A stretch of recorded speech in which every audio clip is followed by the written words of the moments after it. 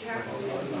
Yo soy Marina Herrera, la presidenta de la asociación que organiza esta conferencia, la iniciativa Andamios para la Idea, y simplemente quiero dar las gracias a todos por vuestra asistencia y especialmente a África Colombo primero porque desde el minuto cero que le pedimos esta maravillosa sala nueva para estos fines, ¿no? Y yo pienso que es muy importante estar en un sitio privilegiado y además pues ya veis lo idónea que supone para este tipo de conferencias.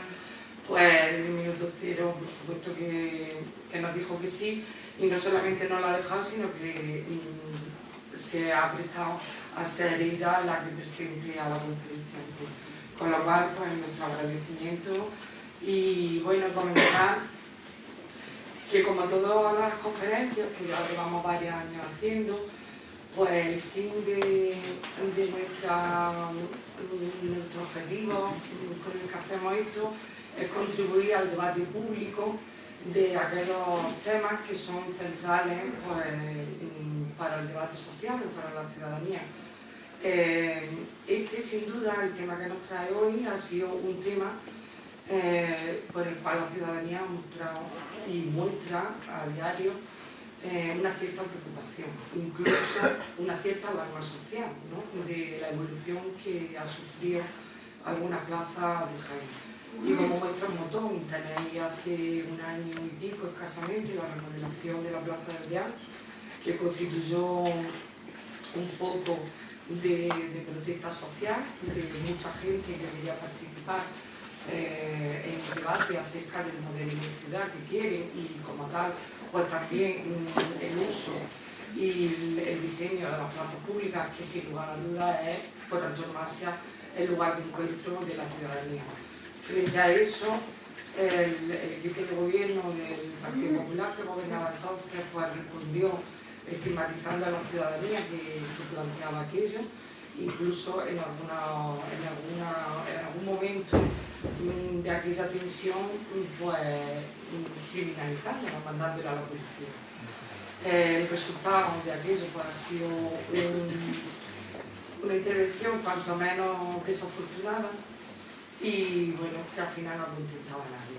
El objetivo nuestro, pues, por otro lado, es poner en valor el trabajo que se está haciendo desde la gente joven, desde las aportaciones académicas que entroncan con esos debates ciudadanos, con esos debates sociales, y que para las asociaciones es muy importante, porque muchas veces se nos ha achacado a las asociaciones el hecho de que carecíamos de ese valor académico. Entonces, que los estudiosos, los que realmente son depositarios de esos conocimientos, los pongan al servicio de estos debates públicos, de estas causas sociales, creemos que es no importante, es importantísimo.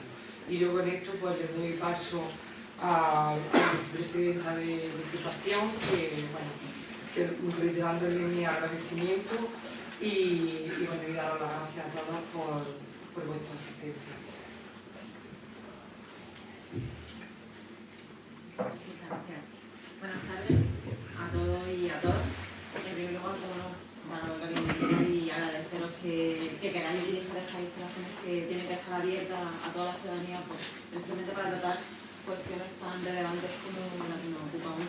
Y darte las gracias a ti, Marina, por la invitación que nos trasladáis desde Iniciativa a la Diputación para participar en la presentación de esta conferencia, la primera de las que vaya a organizar durante este curso y que, como venía haciendo desde hace muchos años, vaya a poner el foco precisamente y el debate en cuestiones históricas y patrimoniales de la ciudad de Jaén, que desde luego son muy relevantes y muy importantes para que se abra un debate sobre hacia dónde vamos fundamentalmente en la ciudad.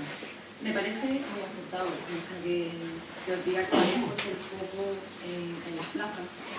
Y es que dentro de la ciudad, yo me imagino que Alicia va a tener la oportunidad de decirlo, son los mejores representantes del espacio público, lugares comunes de la ciudad, de todos los ciudadanos y de todas las ciudadanas, en el que se definen la esencia, su carácter y su identidad. Muchos de estos lugares que nos han sido legados Son sitios en los que el tiempo y el espacio se unen para reforzar la identidad de una ciudad, de un barrio, de una comunidad, de sus gentes. Y desde luego en estos puntos de encuentro confluyen todas las identidades posibles. Las plazas al final no dejan de ser lugares de identificación y de pertenencia, y esto también se debe en parte también a nuestra cultura mediterránea, a nuestro clima, a nuestra idiosincrasia, esa necesidad que tenemos de relacionarnos unos con los otros, entre nosotros, con cosas persistentes, pero también buscar esos puntos de encuentro que nos vinculan con nuestros padres, con nuestros abuelos, en definitiva, lugares de encuentro con nuestra propia vida, esas referencias que tenemos de vida. Estas plazas que dan luz a nuestros templos, oxígeno, a nuestras estrechas calles del casco histórico, son fieles representaciones de la ciudad. Y es verdad, como decías, que durante mucho tiempo han estado muy abandonadas. Y yo creo que es el momento de ponerle ese foco y devolverle ese esplendor que deben tener. Esta conferencia, que aparece ahí, el título de la conferencia, Historia de las plazas de Jaén, pasado, presente y futuro, va a ser impartida por Alicia Martínez Herrera, que es historiadora del arte y especialista en investigación y educación artística. En la actualidad se encuentra cursando, ha comenzado el doctorado, en el programa interuniversitario en Patrimonio de la Universidad de Jaén. Hace poco me comentabas que habías comenzado tu proyecto de investigación, ¿verdad? Y sus principales áreas de interés giran en torno a la gestión cultural, a la defensa del patrimonio y a las manifestaciones sociales y artísticas en los espacios públicos urbanos.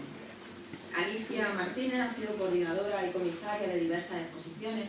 Me gustaría resaltar algunas de ellas que, por su especial trascendencia, por ejemplo, la exposición Miguel Hernández, El legado de un sueño, del Instituto de Estudios Jiennenses, ¿Por qué gritan los colores?, de Paco Agüera, y esta conserva no escambe, que fue organizada por el Grupo de Investigación de Estudios en Sociedad, Arte y Gestión Cultural de la Universidad de Jaén, en la que ella también participaba con una obra grupal. Y además, sus inquietudes también le llevan a formar parte de 3 asociaciones: Ateneo Literario Delle, si no me equivoco en la pronunciación. Endelle, vale, bueno, Endelle. Asociación Acción Social por el Arte, y también pertenece a la iniciativa Andamios para la Idea, en la que coordina el área de patrimonio. Sus investigaciones, grandes o pequeñas, siempre están relacionadas con el arte y la sociedad, y es que Alicia no entiende una cosa sin la otra. Y precisamente de gran parte de su última investigación, de su trabajo de fin de máster, surge la necesidad de esta conferencia que va a impartir ahora, y que sin duda yo creo que va a ser muy clarificadora para, pues, precisamente de la historia de diversas plazas de la ciudad, para ver cómo ha ido cambiando su fisonomía, su funcionalidad, si ha perdido identidad o solamente se ha matizado un poco, y en definitiva para saber qué fueron, qué son y qué podrían ser. Yo por mi parte nada más y muchas gracias.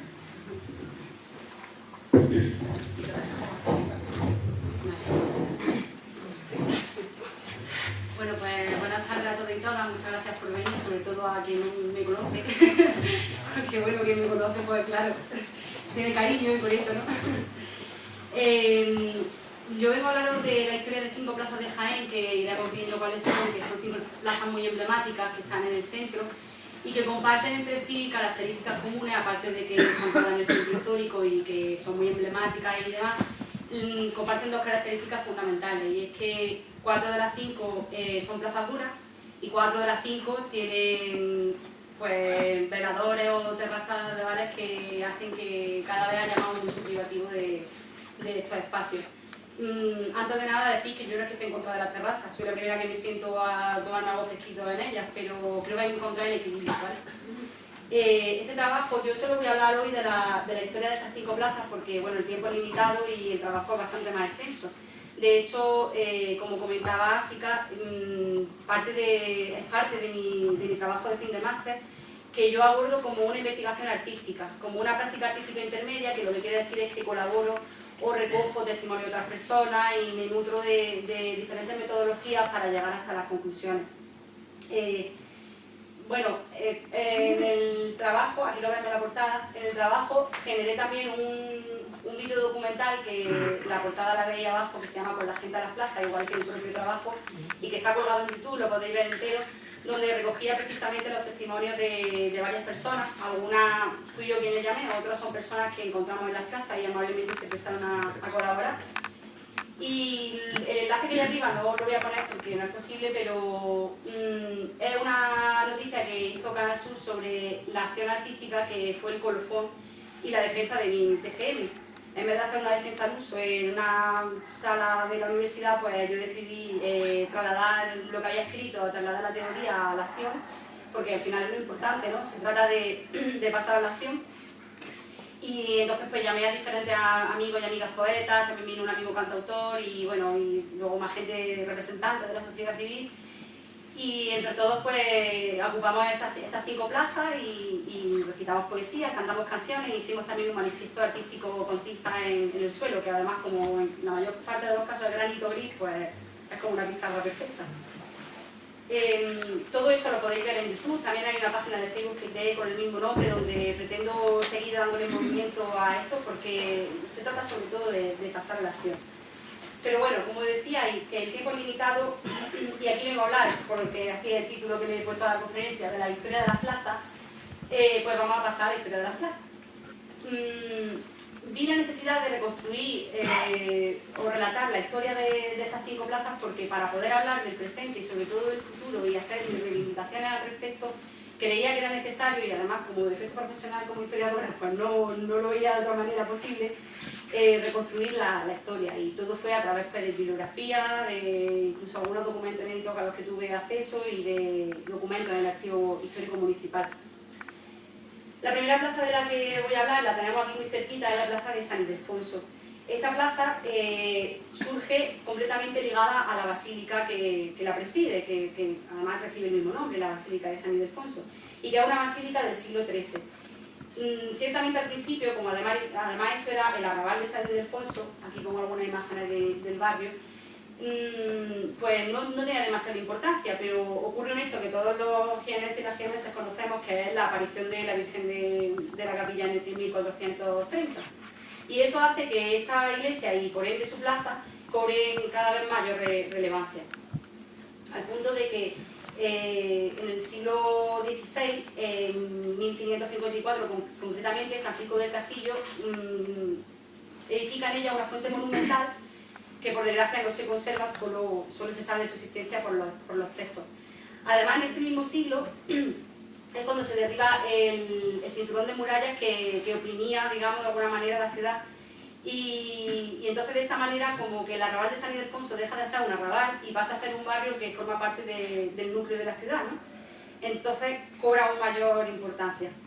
Y ya para hacer más hincapié incluso en esta cuestión de la importancia que fue adquiriendo en este tiempo, es que la Basílica de San Ildefonso fue la segunda en importancia, bueno, de hecho yo creo que sigue siendo la segunda en importancia después de la catedral, ¿no? De los templos cristianos de la ciudad. En estos siglos que yo ya he podido documentar no se hacen demasiadas modificaciones. Lo más interesante es la fuente que he contado de Francisco del Castillo, pero es cierto que en 1775 se construye una lonja que pervive hasta el siglo XIX y que hacía como de patio cercado de la basílica. Y en todo este tiempo, y sobre todo a partir del siglo XIX, empiezan a haber las modificaciones más importantes y la plaza empieza a convertirse en un lugar de mucho privilegio, porque en ella empiezan a abrirse establecimientos como, por ejemplo, librerías. La primera librería que, según los datos que yo he recogido, de las primeras librerías que se abrieron en Jaén fue precisamente en esta plaza. También se celebraba en ella la verbena de San Bernabé, que se hacía conmemoración al deceso de la Virgen en la noche del día 11 de junio. Y bueno, como decía, tenemos que llegar hasta el siglo XIX para poder empezar a hablar de intervenciones urbanísticas y de la imagen de la plaza en sí. En el siglo XIX ocurre lo que ocurre en esta plaza ocurre en otras muchas y en otras calles, que es que se empedran, ¿no? se hacen empedradas. Y luego posteriormente se instala, en este mismo siglo, se instala en la plaza este curioso elemento que es la fuente Candelabro. También lo he visto escrito como el pilar farola. Y bueno, básicamente es un elemento que tenía una farola de alumbrado público combinada con una fuente de agua potable. Un elemento verdaderamente curioso. En esta centuria no hay mucho más que aportar, aunque evidentemente seguro que se hizo algún tipo de intervención o reparación del pavimento y demás. Y tenemos que llegar ya hasta 1912, cuando se repara, aquí se está constatado que se repara el pavimento por su mal estado, y se decide en un acuerdo del 14 de noviembre de ese año llamar a la plaza Plaza de Canalejas. Pero como sabemos aquí en Jaén los nombres oficiales no nos gustan mucho, y al final la gente lo llama como siempre lo ha llamado, y a la plaza la siguió llamando la gente de San Ildefonso, y ese ha sido un nombre que al final ha perdurado y ha llegado hasta nuestros días, ¿no? Tras el bombardeo de Jaén se construyen diferentes refugios antiaéreos públicos y privados por todo Jaén, y en San Ildefonso se construye uno. Se utiliza sobre todo, digamos, las catacumbas, los bajos de la iglesia, de la basílica de San Ildefonso, pero según los datos también se utiliza parte de los subterráneos de la plaza. Y además este espacio luego se intenta en los años 40 convertir en unos baños públicos, pero el ingeniero municipal José María Álvarez Ruiz lo desaconseja en 1943. La verdad que yo, por los datos que he ido recogiendo, no he sido capaz de constatar si efectivamente se edificaron o no estos baños públicos. Yo creo que no, por este desaconsejamiento del ingeniero, ¿no? Y porque además no he encontrado ningún dato ni fotografía que lo constate. Las mayores modificaciones de la plaza llegan a partir de los años 40, aunque es verdad que previamente nos dice en un proyecto del arquitecto Antonio María Sánchez, nos dice que ya se habían instalado unos jardines, lo cual es importante porque hasta entonces no había habido nada de presencia de vegetación en la plaza. En 1948, José María Álvarez Ruiz hace un proyecto por el que se cambian los acerados, los bordillos, la calzada, ya que la plaza se abre al tráfico rodado por todos sus frentes, por las tres calles que la circundan: Ignacio Figueroa, Teodoro Calvache y Reja de la Capilla. Y es una obra que se alarga mucho por falta de presupuesto hasta el año 52. En el año 57 es cuando encontramos ya la reforma más interesante, que es esta plaza que vemos aquí. Con motivo de la colocación de la escultura de la Inmaculada, hecha por el escultor cordobés Amadeo Ruiz Olmos, pues se decide remodelar la plaza para darle, pues, la dignidad que merece. Entonces se desmantela por completo, se colocan estos 4 parterres confluyendo hacia el centro, hacia este estanque lobulado, todo, como veis, rodeado de vegetación baja. La Virgen se sitúa en un pedestal de mármol y el pavimento se hace, claro, como las fotos son en blanco y negro no lo podemos ver, pero la documentación indica que el pavimento se hace con cantos rodados rojo y blanco, y los bordillos se hacen con piedra pulida roja artificial. Parece ser que es más o menos en este momento cuando desaparece esa fuente de candelabro, aunque lo cierto es que no he podido constatar muy bien en qué fecha exacta desaparece este elemento tan curioso. Esta es la plaza que se mantiene durante unos pocos años, no demasiados, porque en 1964 un proyecto de Manuel III Sánchez vuelve a intervenir en la plaza para reparar los pavimentos que, según dice, estaban en mal estado, y además echa asfalto fundido en las calzadas, ya que por el tráfico rodado pues sí que estaba muy deteriorada. También se cambian los bordillos en esta intervención del 64 por bordillos de piedra labrada de menor tamaño, lo que nos hace pensar que el acerado pues perdió altura, ¿no? Y todo esto también se aprovecha, para intentar reordenar el tráfico y sobre todo esos aparcamientos improvisados que surgían alrededor, no solo de esta, sino de todas las plazas que estaban abiertas al tráfico. Llegaría el año, se mantendría así durante bastante tiempo, salvo pues, ese tipo de intervenciones de reparación y mantenimiento, y llegaría el año 81 cuando un proyecto de Ernesto Ontorio Guadamuro aborda la plaza para reordenar el tráfico y para proceder a la peatonalización del barrio de San Ildefonso, para mejorar, según dice el propio proyecto, los accesos al recién inaugurado mercado provisional del Portillo de San Jerónimo, un mercadillo que se celebraba allí. Es por ello que se reduce la calzada de Ignacio Figueroa como a la mitad más o menos, con una isleta mixta jardinada, y aunque se mantienen los parterres, pues se cambian, como vemos en la foto, pues se ponen bordillos más altos, casi funcionando como semimuros en los que uno se podía sentar. El cambio más importante de la plaza atañe sobre todo al estanque que hay bajo la fuente, que por desgracia no he encontrado una foto en el que se pueda ver, pero el proyecto nos dice que el estanque pasó de ser ese estanque polilobulado a ser un estanque circular, incluso más bajo en altura, que era casi una sutil lámina de agua, y que el pavimento de alrededor se sustituyó por mármoles de colores. El resto del pavimento se mantuvo como estaba, simplemente reparándose. Y por primera vez se añade mobiliario urbano, que en este caso son 4 bancos forjados, una fuente de agua potable, 4 farolas de pie decoradas y algunos faroles de pared.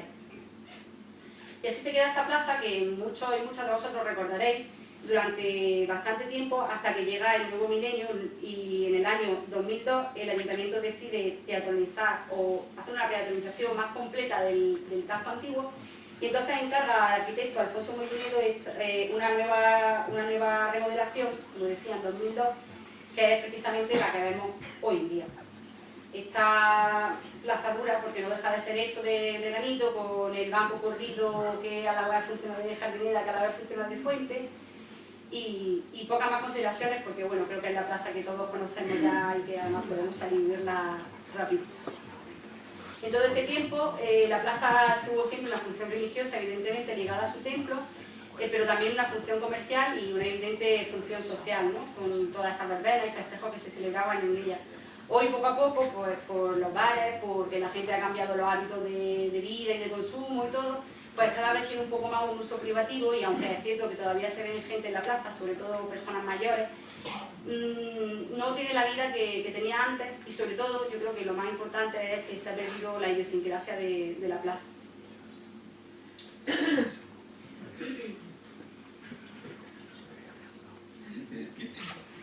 Pasamos ahora a la Plaza del Pósito, que bueno, como sabréis es una de las más singulares de Jaén.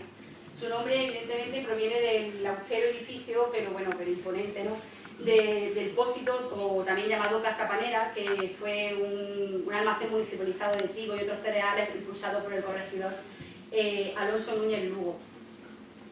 En la plaza empieza a tener desde entonces una función comercial clara, pero también social, porque en ella se reúne gente pues, para hacer negocios, pero también para charlar, porque además su lugar privilegiado, apegada al convento de San Francisco y a la plaza de San Francisco, que en ese momento tenía una gran importancia, y al mercado de San Francisco también, posterior, pues le daban muchísima vida a la plaza, sobre todo vida comercial.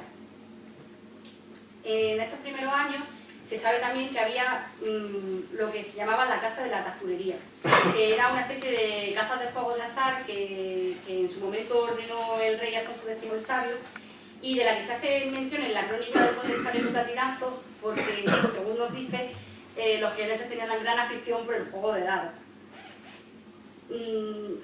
La Casa Panera, el Pósito, es derribado en 1920 y su portada, como sabéis la mayoría, se traslada al actual Museo Provincial de Jaén, donde precisamente cumple esa misma función de entrada. Pero antes de llegar hasta el siglo XX, cabe hacer algunas consideraciones del siglo XIX. Como por ejemplo que, al igual que la de San Ildefonso, pues fue empedrada. Y además se colocó en ella esta cruz del Pósito, que aún, aunque modificada, se mantiene.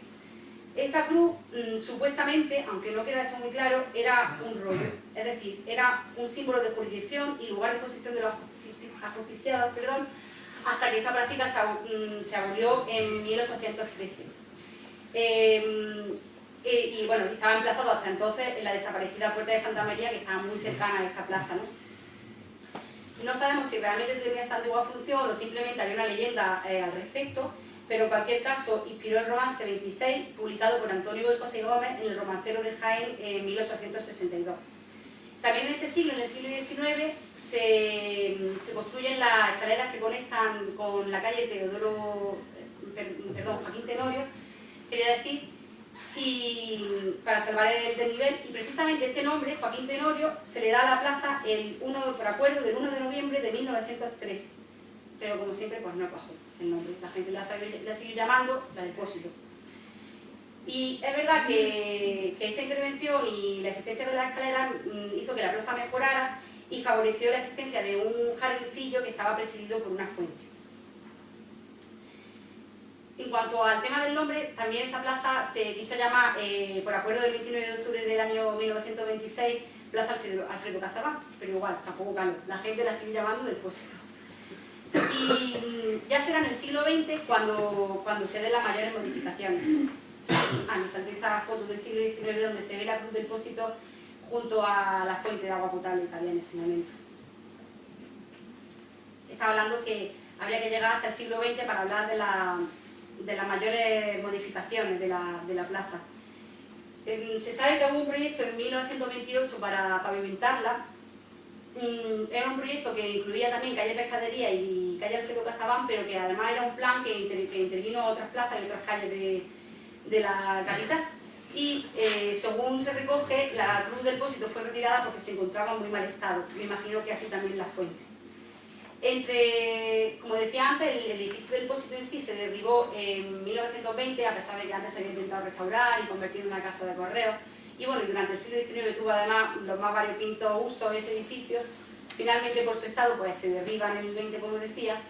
Y pues más de 20 años después, entre 1942 y 1945, es cuando se construye este edificio que estamos viendo regionalista de Almacenes del Pósito, a cargo de los arquitectos Francisco López Rivera y Juan Piquera Menéndez. Dejaba así la plaza de estar huérfana, de alguna manera se había quedado así un poco vacía, ¿no? Y no solo dejaba de estar huérfana físicamente, sino que además recuperaba también esa función comercial porque, como sabéis, en los bajos de este edificio se ubicaba la tienda de ultramarinos de Almacenes del Pósito, que bueno, que es una de las más señeras de la ciudad, ¿no? Esta construcción de este edificio se aprovecha también para acometer obras en la plaza y en 1944 aparece un proyecto para embellecerla y reordenarla de Antonio María Sánchez. Aquí le tenemos el resultado. La antigua escalera de 1836, que por desgracia no he podido encontrar un dibujo o foto que nos la enseñara, se sustituyen por estas, que son las que conservamos, que son unas escaleras hechas con ladrillo, pero con los cantos, los peldaños y los bordillos de piedra labrada, perdón. Y la cruz del Pósito se restaura y se vuelve a ubicar en el centro de la plaza, sobre un parterre circular, a su vez sobre un pedestal de piedra de Jabalpur y mármol gris, y también se añaden otros parterres, otros 7 parterres irregulares que confluyen hacia el centro, haciendo un poco de espacio jardinado, ¿no? de zona verde. En este momento también se añaden algunos bancos de madera, según nos dice el proyecto, 10 concretamente, se añaden 10 bancos de madera y 2 farolas en el presil de la escalera. ¿Por qué hago hincapié en esto? Porque si hacemos una zona verde, una zona de descanso, una zona de paseo, pero no le ponemos ni luces ni bancos, pues realmente no tiene mucho sentido, ¿no? Y como iremos viendo y estamos viendo, la mayoría del mobiliario urbano se pone ya a partir del siglo XX.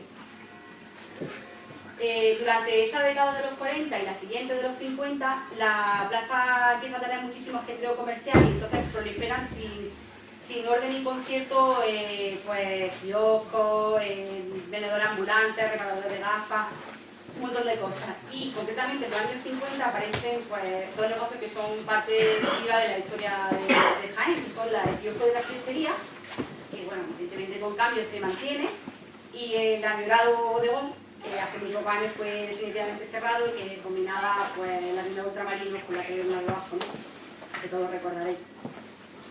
Y a consecuencia de todo este desorden que había propiciado pues, que aparecieran así de forma improvisada todos estos negocios, kioscos y demás, aparece un proyecto en 1968 de Luis Berger Roldán y Ernesto Antonio Guadamuro, que pretende precisamente organizar este caos. Pero problemas de presupuesto, hasta 2 años después, hasta 1970, no se empieza a intervenir, pero bueno, se interviene. Aquí vemos algunas fotos de cuando estaba todavía a medio construido o incluso en obra. Bueno, en realidad lo más interesante es todo porque realmente se mantiene la escalera, pero todo lo demás se desmantela. Se construyen 5 kioscos, 3 a un lado y 2 al otro de las escaleras, de los 2 tramos de escalera. La cruz del Pósito se cambia la columna porque estaba supuestamente en muy mal estado y se pone esta columna corintia decorada en su basamento, que según parece puede ser que se reaprovechara del convento de Santa María de los Ángeles o quizás del de San Francisco, y se retiran los parterres. En su lugar, para que la plaza no perdiera el verdor, pues se plantan árboles de pequeño formato como limonero o naranjo. Y el suelo el pavimento quizás es lo más interesante, porque todo el rato confluye hacia este monumento que es la Cruz del Músico, y que al final pues, un poco el alma de esta plaza. Se hace con canto rodado alrededor del parterre circular, creando una especie de estrella de 4 puntas, y luego todo lo demás se enlosa con baldosa bicromática, con formas geométricas que también pues, forman un poco esa estrella, ¿no? hacia este centro. No sé... puse esta foto que no se ve mucho la plaza, pero se ve la cruz y también se ven un poquito los pavimentos. También se cambiaron los bancos de madera y se pusieron estos de piedra sin espaldar, que todavía también siguen existiendo, vaya. Pues como vemos, la plaza tenía un uso absolutamente comercial y en realidad esta plaza no ha cambiado desde entonces. Su fisonomía y su imagen no ha cambiado. Lo que se ha cambiado, como es evidente, pues son los negocios que se han ido abriendo, cerrando alrededor, las fachadas pues también han cambiado un poco, ese tipo de cosas. Aquí vemos coches aparcados, que esa parte ya no es para aparcamiento de coches, sino que es para la terraza de un bar. Y bueno, es verdad que se interviene después en 1984, pero no se interviene lo que es la plataforma central de la plaza en sí, sino que son los acerados de alrededor los que se intervienen, poniéndose la baldosa más típica de Jaén, que es la baldosa que tiene piedra artificial al centro, normalmente blanca, con listones de mármol blanco en los bordes, unidos por tacos en las esquinas de mármol rojo. Quedaros con ese dato porque lo voy a volver a repetir. La baldosa más típica de Jaén se repite todo el rato. Y bueno, todos sabemos también que en el año 2017 el proyecto de adecuación de la calle Cronista Cazabán y aledaños, que sacó el Ayuntamiento de Jaén y que se materializó en 2018, pretendía intervenir esta plaza y convertirla en una plaza dura, como finalmente pasó con De las Mazas. Por suerte, un informe desfavorable de Cultura pues, impidió que se interviniera y la conservamos pues, con su imagen pintoresca y con esa idiosincrasia propia de Jaén. Ahora bien, de todas las plazas que voy a tratar hoy, es la que más invadida está por las mesas de los bares, es la que más terrazas tiene. De hecho, la plaza en sí solo está o para consumir en un bar o para pasar por ella, porque no hay otro espacio para personas que no desean consumir en los bares. No existe en esa plaza otro tipo de espacio. De hecho, los bancos comen las mesas, o sea, hasta ese punto, ¿no? Bueno, pasamos ahora a De las Mazas. ¿Cómo vamos de hora? Pasamos ahora a De las Mazas, como decía, que... Aquí me le pasa la hoja. Que bueno, es una plaza que realmente tiene una historia más breve, pero sin embargo más compleja que las anteriores, porque esta plaza originalmente formaba una única plaza junto a lo que es actualmente la Plaza de la Constitución y lo que sería el solar de Hacienda, de la Delegación de Hacienda, que era la Plaza del Mercado.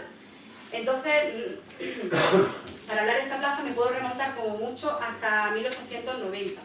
Finales del siglo XIX, cuando en lo que hoy es la Plaza de las Mazas y gran parte de lo que es el solar de la Delegación de Hacienda se construyen los llamados jardinillos o jardincillos, lo he encontrado escrito de las dos maneras, del mercado.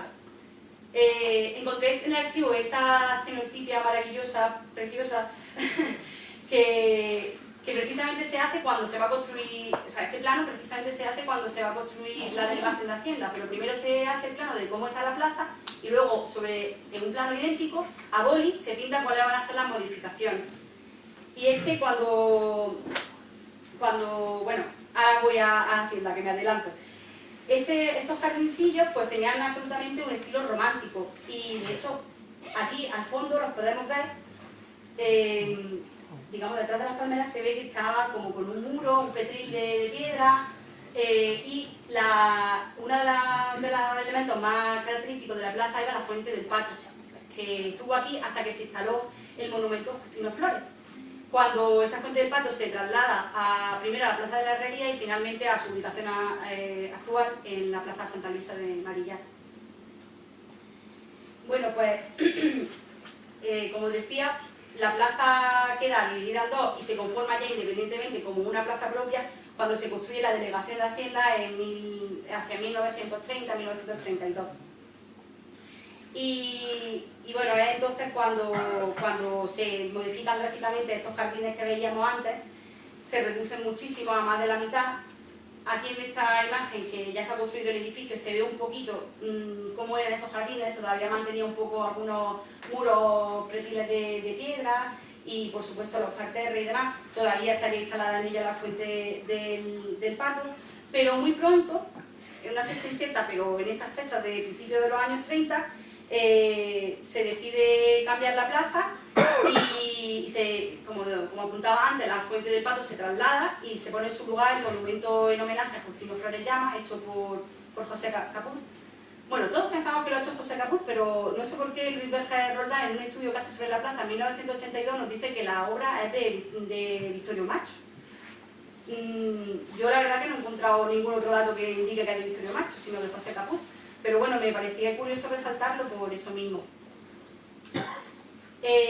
Como decía, la plaza se interviene y se cambia y se le da pues, más o menos este aspecto. También sigue siendo una zona jardinada, con esta fuente de monumento a Justino Flores en el centro, y se cambian los bancos que hasta entonces eran de hierro forjado por estos bancos curvos de piedra que a duras penas todavía persisten, aunque ya en menor número, en esta misma plaza, en la plaza de Almanza. Y la plaza se mantiene así, como ese jardín recoleto, tranquilo, donde se juntaban fotógrafos al minuto, gente para hablar y tal, durante muchísimos años, hasta que en los años 60 se interviene en la plaza y se convierte en una parada de autobuses. La zona jardinada es reducida drásticamente y desplazada hacia el frente, donde está la clínica de la Inmaculada, y de hecho también la fuente de Justino Flores, en homenaje a Justino Flores, se desplaza hacia esa zona, y el resto pues se construyen macizos para poner la marquesina de autobuses y se abren carriles para el tráfico, no solo de autobuses, sino también el tráfico de otro tipo de vehículos.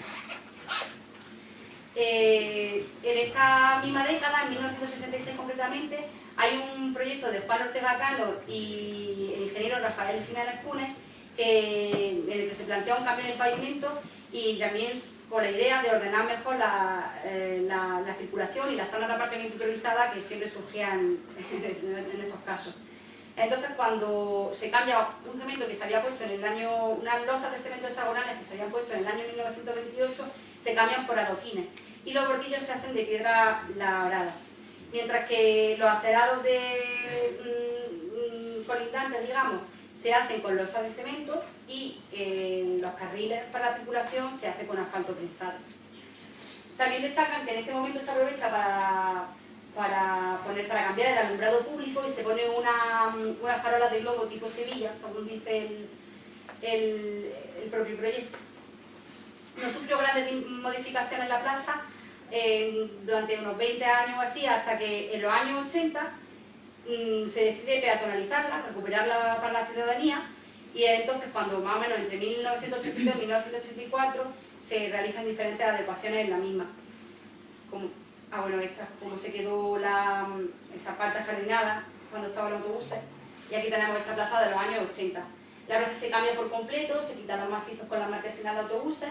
En principio la calle Pescadería sigue abierta al tráfico, pero muy pronto se cerró al tráfico también, quedando solo abierta al tráfico la calle Alfredo Cazabán, que estuvo hasta hace poco abierta, de hecho, y bueno, y este carril para conectar con el aparcamiento del Hotel Sauer. Todo lo demás se pavimenta con la típica baldosa de Jaén y se hacen cuatro grandes parterres donde hay árboles de diferentes formatos, y lo único que se mantiene inalterable es la fuente a Justino Flores, que sí es que se mantiene en el mismo sitio, y lo único que se hace es que se le pone la misma valla verde que rodeaba los parterres y luego con seto, es lo que se le añade. También se cambia el alumbrado público y se pone estas farolas decoradas de esferas de policarbonato, que le dan pues, que eran más modernas, ¿no? Y lo que también se mantiene, aunque en diferentes ubicaciones, son los bancos curvos de piedra, que como decía antes, aunque en menor número todavía están en la plaza.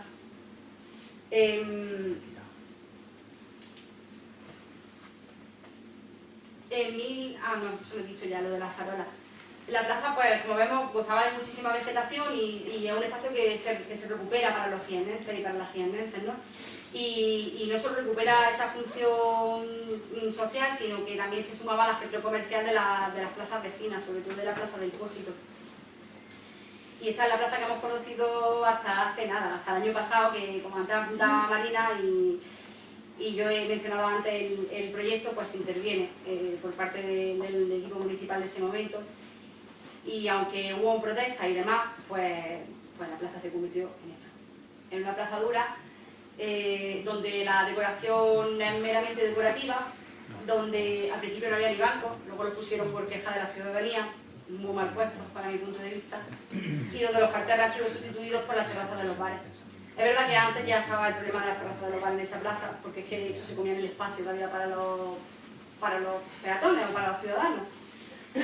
Lo que pasa que ahora, aparte de que siguen existiendo todas esas terrazas, es que ahora ni siquiera hay espacio para que la gente se sienta allí a descansar, ¿no? Y por tanto yo creo que también ha perdido pues, su idiosincrasia. Déjame que beba un poquillo de agua.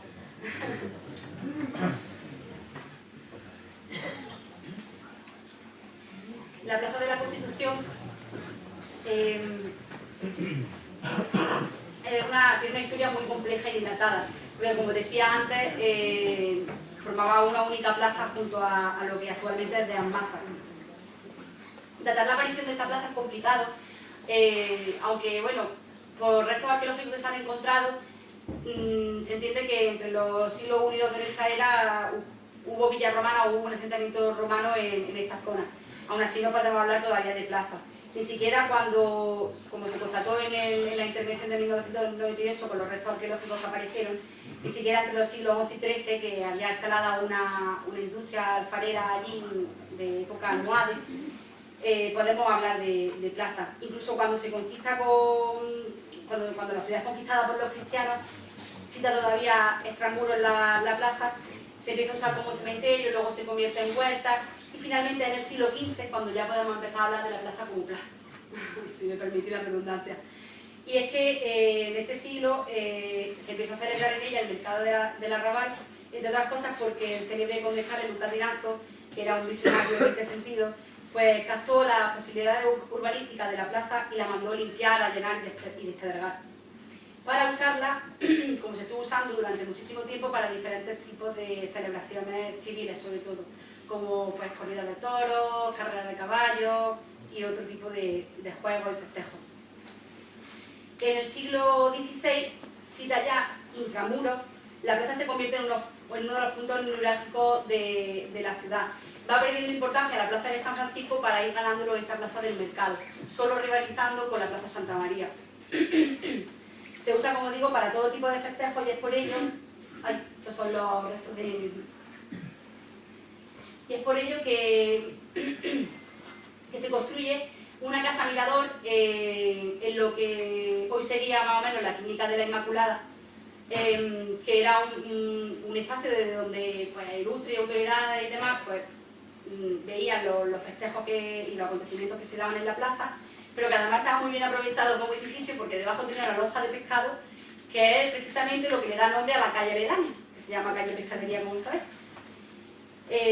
Y al otro lado, en lo que sería luego la casa de comedia, en el plano sería el número 2, estaban las cocheras del Cabildo, que los festejos taurinos se usaban como toriles, no podía ser de otra manera, ¿no?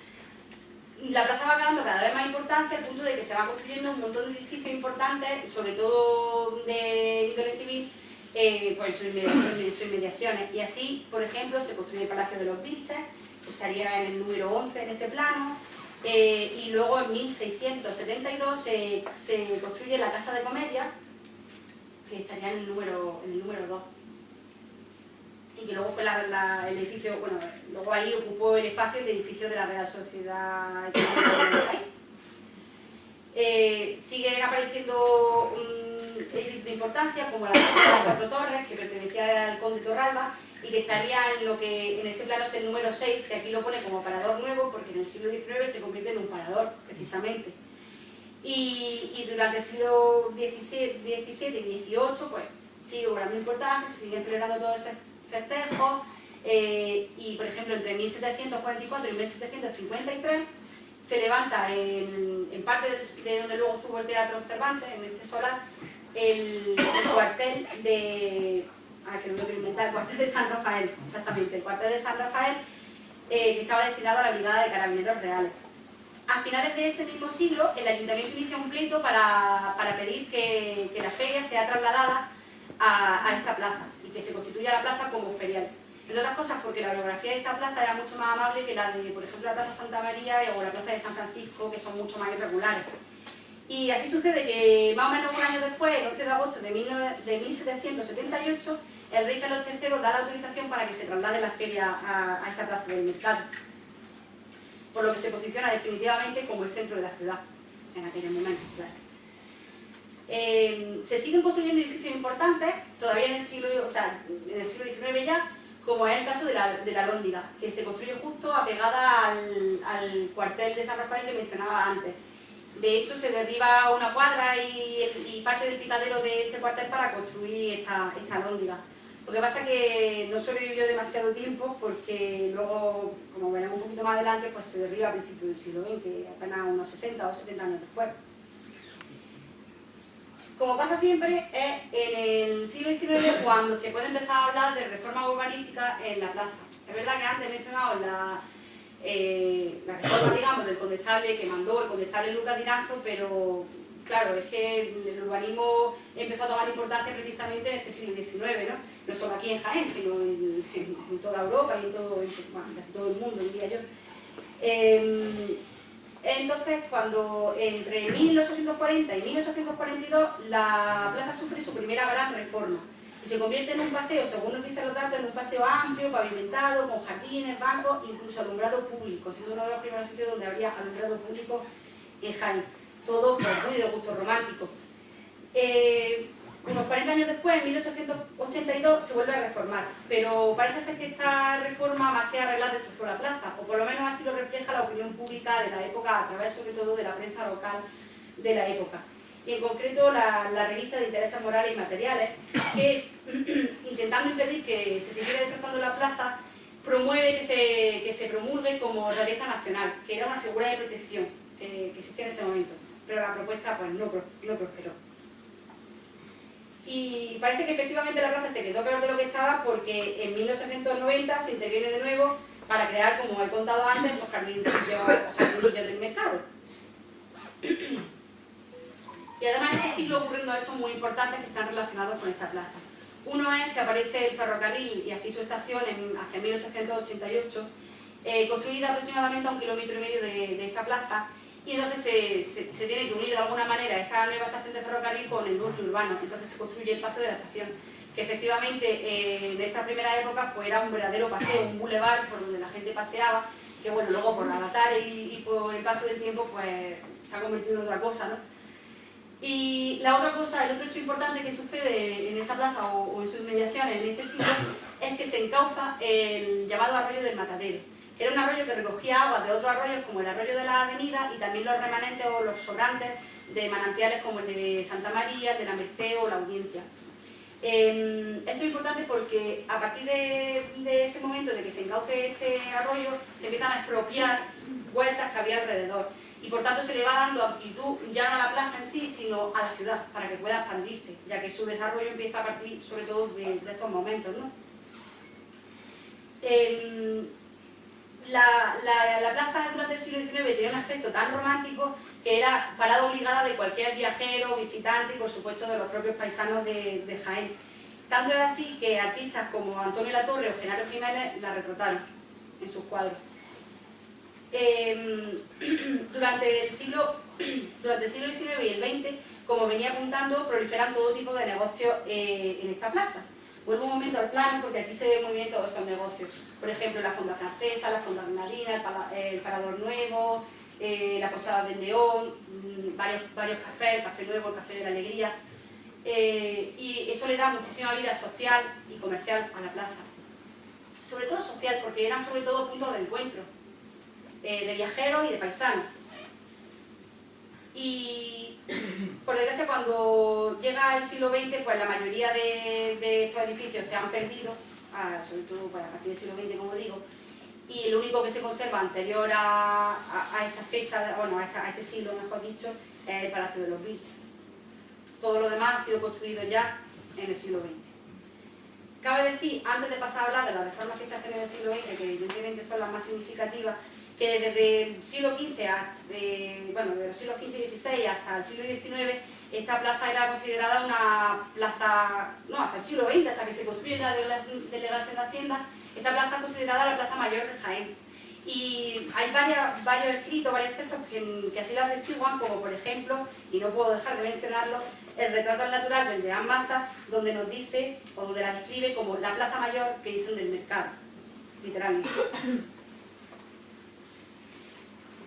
Llegamos así al siglo XX, cuando se derriban, como decía, la mayoría de los edificios. Por ejemplo, se derriba el cuartel y la Lóndiga, y en su lugar se construye a partir de 1905 el añorado Teatro Cervantes, que tiene una buena salud hasta la segunda mitad del siglo XX, cuando empieza a modificarse hasta el punto de que se acaba derribando en 1972 para convertirse en un bloque de piso bastante insulso, ¿no? Esta foto que vemos aquí es de la reforma que se hizo en 1915, bueno, la foto ya después de la reforma. Lo que hizo esta reforma pues fue intentar dar más nivel a la plaza, allanarla, que fuera más transitable, digamos. Se coloca la estatua de Bernabé Soriano en el centro, se plantan muchas de las palmeras. Bueno, aquí ya están crecidas las palmeras, realmente se venían plantando desde antes, como veíamos aquí, en esta foto.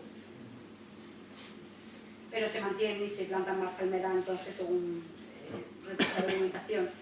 Se adefecta también la fuente del Pato, que al parecer estaba en mal estado, y lo más interesante es que se ponen bancos de azulejería sevillana. Con lo que la plaza va adquiriendo va perdiendo ese gusto romántico, ese estilo romántico, y va adquiriendo un aire provinciano, ¿no? En los años de la posguerra, uy, yo me adelanto.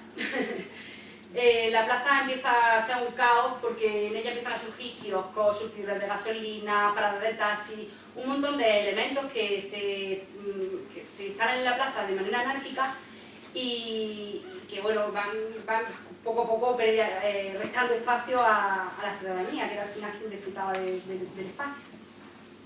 Y es por eso que entre 1954 y 1957 se realizan diversas modificaciones que cambian por completo el aspecto de la plaza.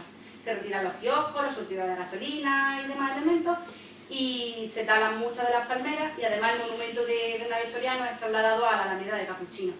Luego volvería a la plaza con la reforma del 98, pero en este momento se traslada allí a la Alameda. La plaza se abre al tráfico por todos sus frentes y la plaza en sí se queda en esto. Una plaza que había sido una gran explanada durante muchísimos siglos, acaba siendo este óvalo que vemos en la imagen, que estaba pavimentado con baldosas cromáticas, que hacían más o menos motivos geométricos. Tenía al centro esta fuente monumental de piedra. También, no sé si se aprecia en la foto, tiene otras 4 fuentes menores muy bajitas, circulares en los ángulos, y todo ello pues completado con estos parterres que confluyen hacia el centro y algunas farolas de postes metálicos bastante simples. Aún así no se soluciona el problema del tráfico, aún así pues se sigue aparcando donde un poco a la gente le viene en gana, y es por ello que en 1966 bueno, se interviene para cambiar los acerados poniendo la losa típica de Jaén. En 1967 se vuelve a intervenir con un proyecto de Luis Berger Roldán que pretende mejorar la circulación y hace esta rotonda. Porque sí, porque no deja de ser una rotunda. Mantiene la fuente monumental, eso sí, en ese sentido el hombre no tenía mucho afecto por el patrimonio, digamos. De hecho, tenemos grandes restauraciones hechas por el mismo. Pero bueno, como veis, pues se queda en una pequeña rotonda con una vegetación casi simbólica y lo que se mantiene es la fuente. Pero aún así, el problema del tráfico no se ha solucionado, porque claro, son tantas vías y tan grandes las que confluyen hacia esta plaza que la gente también vuelve un poco al loco, por lo visto. Y entonces en el año 68 nace otro proyecto de Luis Berger Roldán junto a Ernesto Antonio Guadamuro, en el que lo que se hace es edificar, no sé si se va a ver en la foto siguiente, pero ahora la voy a enseñar un momentito. Se edifican 3 cuñas ajardinadas con bordillos de piedra que lo que hacen es precisamente encauzar, se llaman así, cuñas de encauceamiento, lo que hacen es reordenar el tráfico, que están situadas precisamente en la bocacalle de las vías principales que van hacia esta plaza, ¿no? No quería pasar todavía la foto porque todavía se vuelve a intervenir en el año 69, y aquí hay muchas reformas seguidas. Hay un proyecto del arquitecto Rafael Jiménez Funes que no se llega a materializar hasta el año 1970, pero que lo que pretende es cambiar la fuente monumental por esta fuente luminosa. Claro, en el momento de modernizarse y tal, veis, aquí se ve al fondo una de las cuñas que se hacen 2 años antes, que servía para encauzar el gráfico. Bueno, como decía, pues este proyecto de Rafael Jiménez Funes pues cambia absolutamente la fuente monumental y pone en su lugar esta mucho más moderna y bonita, que con juegos de luces, con juegos de chorros. Lo único que se hace, la rotonda se mantiene, la parte circular central se mantiene, este macizo central. Lo que sí se eleva en altura para poder poner debajo los motores hidráulicos y todo el mecanismo de la fuente, y se pone todo de césped con pequeños setos y flores y luces también al exterior, para que se iluminara exteriormente. Os acordaréis, la mayoría os acordaréis de esta fuente porque ha estado ahí hasta que se hace la última intervención que vamos a ver, porque ahora desde el año 70 hasta el año 98, en todos esos años, la plaza pues no se interviene, salvo pues, por cosas de mantenimiento y reparación, que me imagino que en ese sentido sí se intervendría en algún momento. No es hasta el año 98 cuando se hace la plaza que vemos actualmente. Un poco al amparo de la peatonalización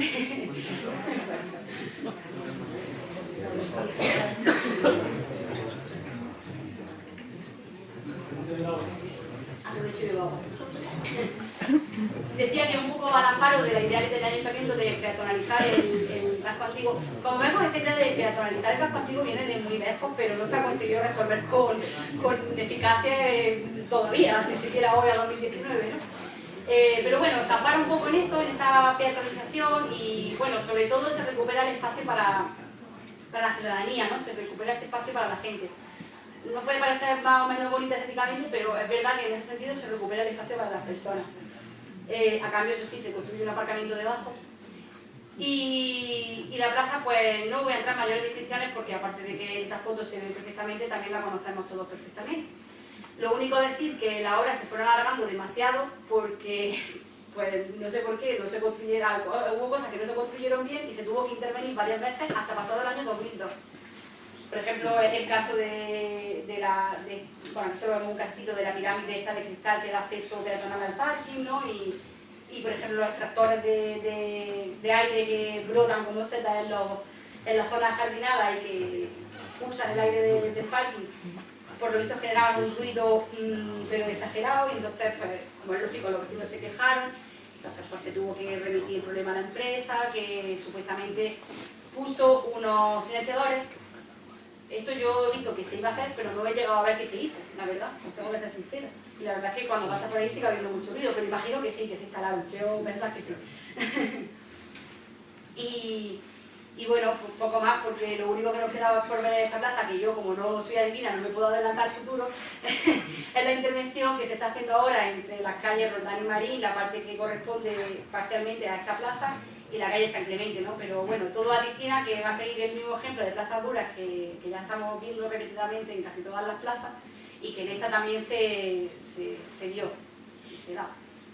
Solo me gustaría apuntar una pequeña cosa más, que es que cuando se encuentran los restos arqueológicos, esta industria alfarera de los siglos XI-XIII, que se encuentra cuando se excava para hacer el aparcamiento, el arquitecto Alfonso Martínez Almeida García de Riol presenta un proyecto a la empresa y al ayuntamiento para conservar e integrar los restos arqueológicos en la plaza.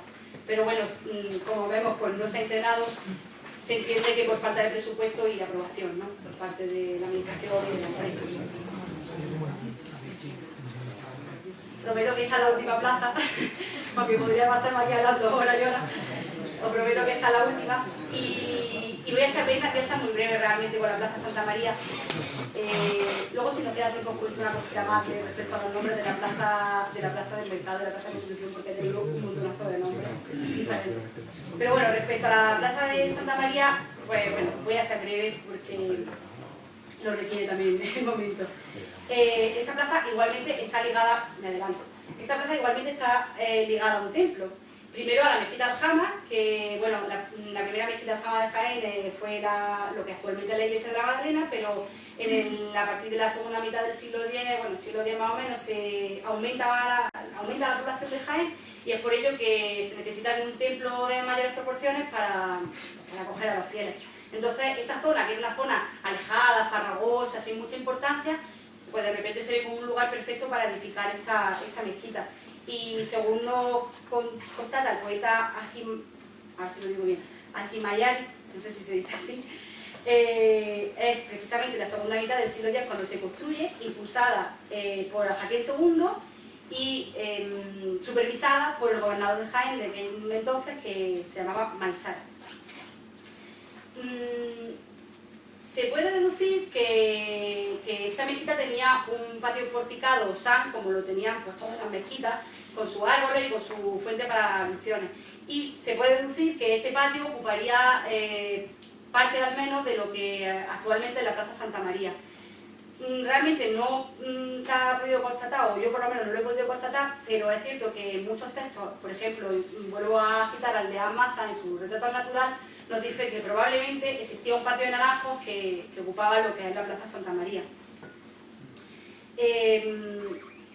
Una vez que la ciudad es conquistada por los cristianos y se empieza la reconversión de la mezquita en catedral, pues la plaza ya se consagra a Santa María y se empieza a convertir en un punto neurálgico de la urbe que solo rivalizaría, como he dicho antes, con la plaza del mercado.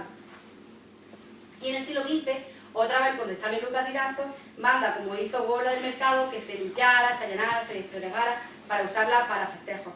En este caso, no tanto civiles, que también, como juego de pelota, juego de caña, sino también para acontecimientos religiosos. Ahí estaba la catedral, claro. Bueno, estaba ahí está. De esta manera la plaza adquiere tal importancia que los poderes civiles y eclesiásticos se empiezan a instalar en ella y, como decía, pues se usa para todo tipo de celebraciones. Pero claro, en estos siglos el junge que tenía que haber en la plaza pues tenía que ser monumental, porque por un lado la fábrica de la catedral, que estaba en obra, por otro lado las antiguas murallas que todavía pervivían y que no se derribaron hasta 1555, cuando ya la amenaza de una nueva invasión árabe había desaparecido porque ya se había conquistado y consolidado como reino cristiano lo que era el reino nazarí de Granada. En fin, un batiburrillo de cosas que le darían un aspecto curioso, yo me imagino. Y no puedo hablar de la Plaza Santa María si no hablo de tres edificios súper importantes que hay en ella, que son evidentemente la catedral, el Palacio Episcopal, del que no quiero hacer mucho hincapié porque hay una tesis doctoral entera que nos cuenta su historia, de Laura Luque Rodrigo, y las casas consistoriales o ayuntamientos, de que sí voy a hacer una pequeña mención. Porque las primeras casas consistoriales estaban ubicadas delante de este cinturón de murallas que corría por el lado este de la plaza, lo que sería hoy calle Carrera de Jesús. Estaban justo situadas delante, como decía. Estaban construidas en un estilo gótico porque, según nos dice Luduliete, se construyeron hacia 1368. El edificio yo no sé cómo sobrevivió tantísimo porque se fue dejando en abandono y en el siglo XIX se pretende, también por la visita de Isabel II y tal, se pretende remodelar y de hecho se remodela, se hacen intervenciones, se cambia su fachada, se le da un poco un aspecto más monumental a la fachada y todo esto, pero finalmente en 1874 se traslada el ayuntamiento con las casas consistoriales al vecino Palacio de Montemar, que estaría ubicado donde actualmente está el ayuntamiento. Este palacio anteriormente era el Palacio de García y, curiosamente, según nos dice el condestal, de Maza, fue construido por el padre de Vandelvira, por Pedro Vandelvira. Esto nos lo dice el de Maza. No sabemos hasta qué punto es cierto porque ya sabemos que no está exento de cierta fantasía su texto. En cualquier caso, se traslada a este palacio, pero como estaba también en muy mal estado, pues se acaba derribando en las postrimerías del siglo XIX para construir un nuevo palacio municipal. Y es el que vemos en la foto. Es un palacio que no gusta a la gente, porque dicen que tiene así como un gusto de afrancesado, ¿no? De estación de ferrocarril francesa o algo así.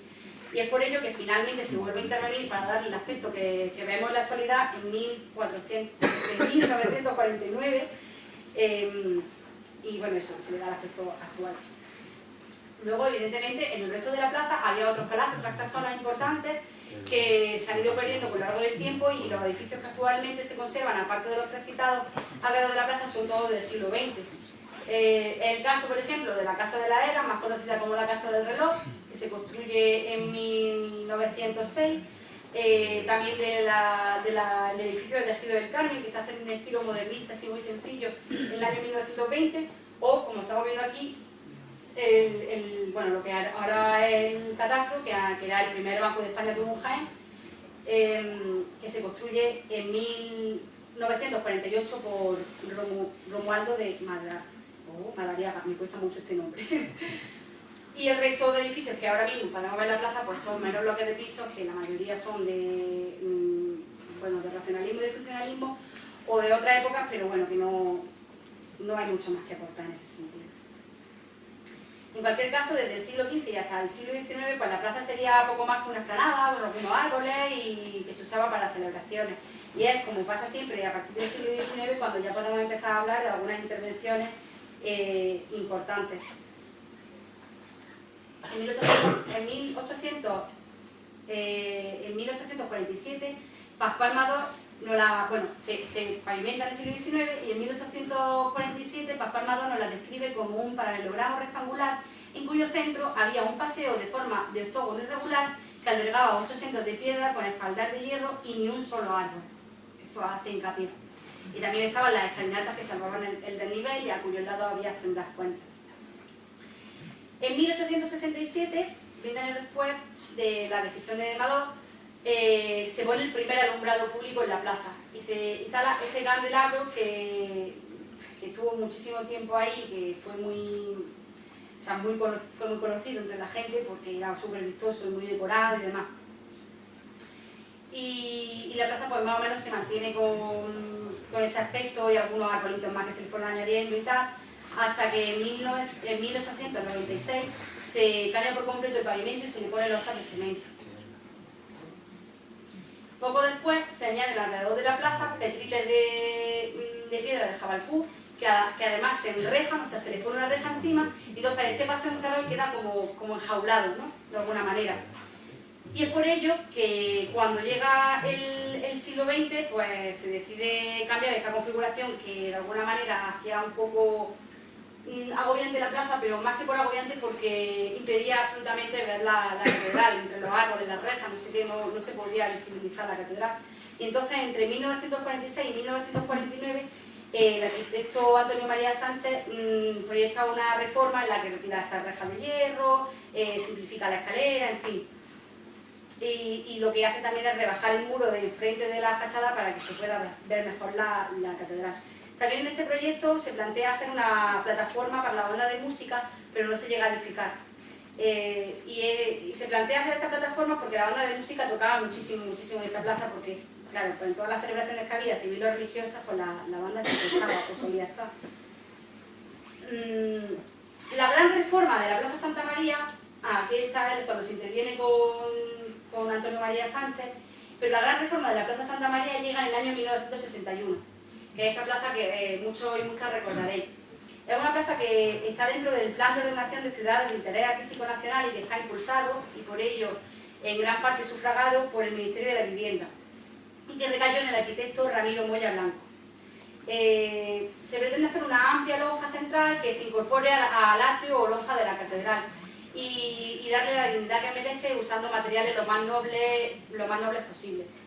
No he traído una foto en color, pero bueno, si la habréis visto mil veces, que en este centro pues estaba esta especie de cruz latina de mármoles de colores, sobre todo en rojo, blanco y negro, y luego pues a los lados se ponen estos estanques cuadrados, simétricos, dos a cada lado, y luego siguiendo el ejemplo del cuadrado se hacen jardines bajos que albergan pues, árboles de pequeño formato como limonero y también flores como magnolia y demás. Evidentemente pues se tienen que dejar la escalera, aunque también pues se simplifican, se ponen como zonas jardinadas al lado de la escalera, y en la esquina donde está más o menos el Palacio Episcopal es donde se ponen árboles de grandes formatos pues, para dar más verdor y más frescor a la plaza. Como la plaza sí quedó nivelada, se tuvo que construir plataformas para el ayuntamiento y para el Palacio Episcopal, efectivamente, porque se le ha quedado a mayor altura. Y son plataformas que todavía hoy, aunque modificadas, se conservan para acceder a ambos edificios. Y como veis, el resto de las aceras, al margen de este núcleo o paseo central, pues se hicieron con la baldosa típica de Jaén, claro. Y esta fue la plaza que durante 50 años perduró y se mantuvo, pues salvo algunas reparaciones, en algún momento dado se retiraron las rejas que aquí vemos. Los estanques, estos estanques cuadrados que vemos dos a cada lado, se podían tapar porque estaba pensado así, con unos talones de madera para ganar superficie en la plaza para las celebraciones, pero resulta que definitivamente se taparon en un momento dado porque apareció un desafortunado accidente, un niño se ahogó en una de las fuentes y entonces pues para ponerse en salud el ayuntamiento las tapó definitivamente. O sea, como fuere, pues esta ha sido la plaza más recordada, la Plaza Santa María más recordada y admirada por todos, porque cuando llega el 2011 el equipo de gobierno de ese momento se acoge al Plan Urbano III de la Unión Europea y nos cambia esta plaza por esta, que tiene su encanto, que tiene sus cosas interesantes, como por ejemplo los raíles que forman una especie de calendario, de reloj de sol, también hay unos pequeños cuadrados que como simulan la planta de la catedral supuestamente.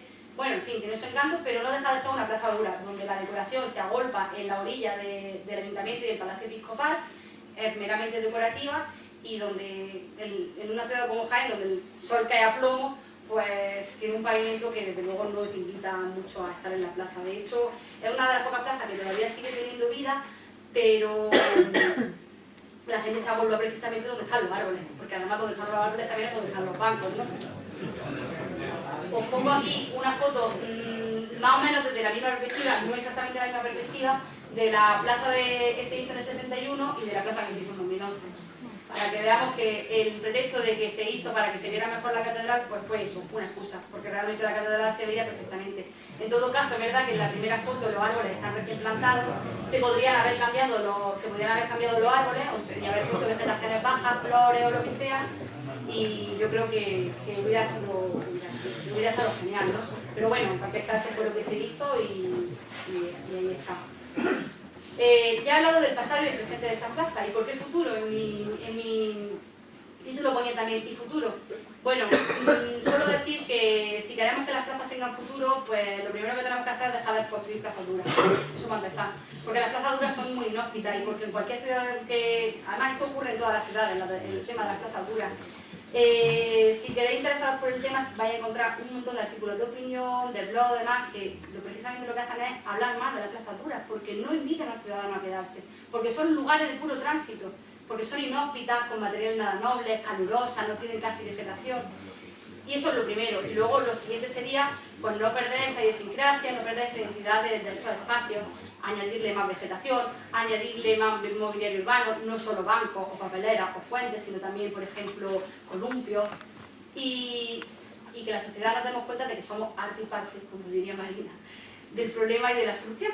Somos parte del problema porque hemos dejado que de alguna manera esto sucediera, que cada vez haya más uso privativo de estos espacios, que estas plazas perdieran esa identidad que estamos hablando, pero también somos parte de la solución, porque aunque yo entiendo que los hábitos han cambiado y que ahora pues la vida fluye de otra manera, deberíamos, y esta es mi opinión, tomar más, ocupar más las plazas y volver a darle vida, porque al final eso es lo que hace la ciudad y eso es lo que nos permite como ciudadanos vivir la ciudad.